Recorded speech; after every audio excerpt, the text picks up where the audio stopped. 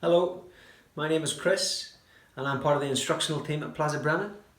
I'm at home today though, and I have been all week, social distancing myself, trying to do my bit in the fight against coronavirus. As an instructional team, we've decided that we would fire out some short instructional videos for you guys at home in the hope that it helps pass the time and maybe makes you slightly better rock climbers or paddlers or bikers, hill walkers, mountaineers. So as part of that, I'm going to have a quick chat today about how I clip when I'm lead climbing. I use this quick draw to demonstrate. I've also put my harness on and I've tied myself in as I would when I'm climbing. And I'd recommend doing that just to make it as real as possible. There are quite a few ways to clip, and some are better than others.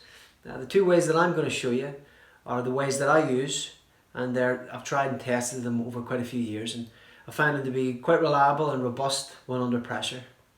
I think the best way to do this is for me to step out of the screen, bring the camera a little bit closer, so you guys can see what's going on with my hands. Nice one. So like I say, there are two ways that I like to clip. We do need to be familiar with how we avoid back clipping and Z clipping, and know when to choose these two, which one of these to choose over the other. But for now, I'm just going to show you the mechanics of it.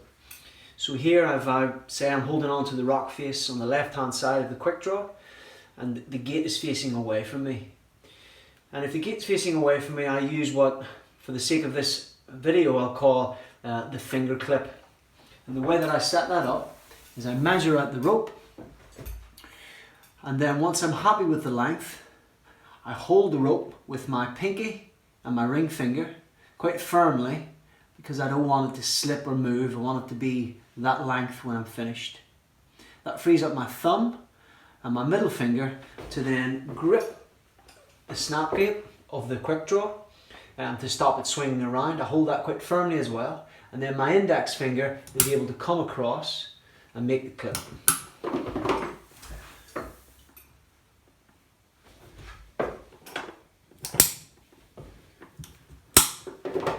As I measure the rope, I want to, for me, get the rope to run over my index finger between my first knuckle and my second knuckle. Your hand size might change exactly where that position is, but generally we don't want it to be at the base of our finger because it makes the clipping bit quite tricky, or at the very end because it can fall off. So I have it draped over between my first and second knuckle. I've measured the length, so now I can hold the rope, hold the quick draw and make the clip. If I spin this around, you can get a different perspective, as though now you're the rock face. So I measure the rope, hold the quick draw, make the clip. I want to try and avoid my finger ending up inside the quick draw. So as I make the clip, measure the rope, hold the quick draw, make the clip, I'm very cautious of keeping my finger out of the snap gate. The other way that I clip, again, if I'm holding on the left hand side of the quick draw, the gate is now facing towards me. I use what I would call, for the sake of this video, the thumb clip.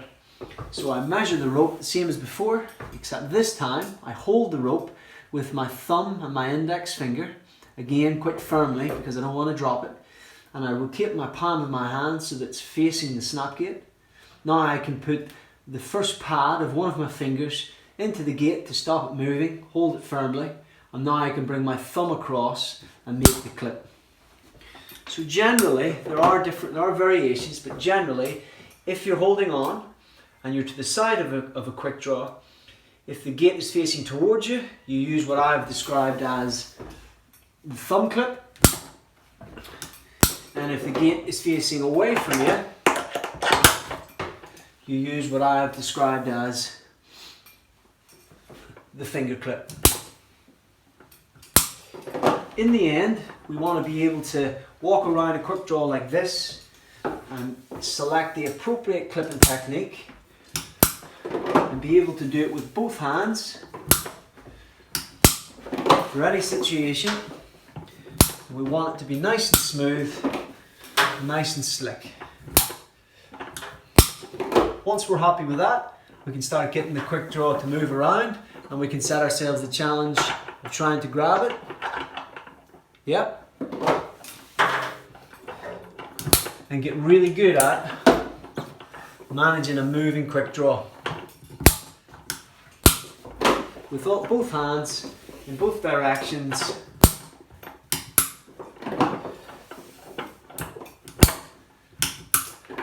Once we're happy with that, we can change the quick draw to a different type.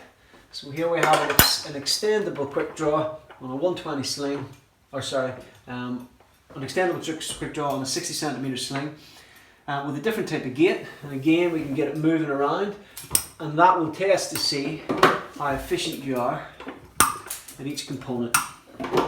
When practicing though, I would really recommend breaking each part down and saying them as you do them. Measure the rope, hold the rope, hold the quick draw, make the clip.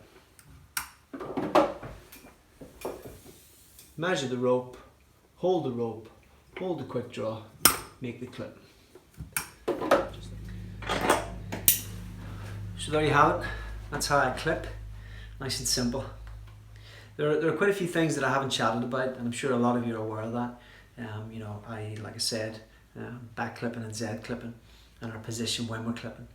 If anyone has any questions about that, just ask, and we'll do our best to answer those in any of the other videos that we do.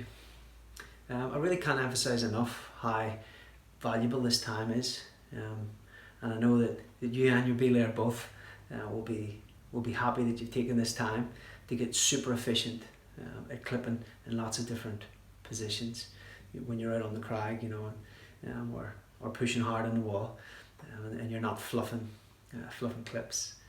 If there are any other topics that you'd like us to explain or just chat through how we do it, let us know, and as I say, we'll do our best to make some more little videos. Nice one, thanks for that.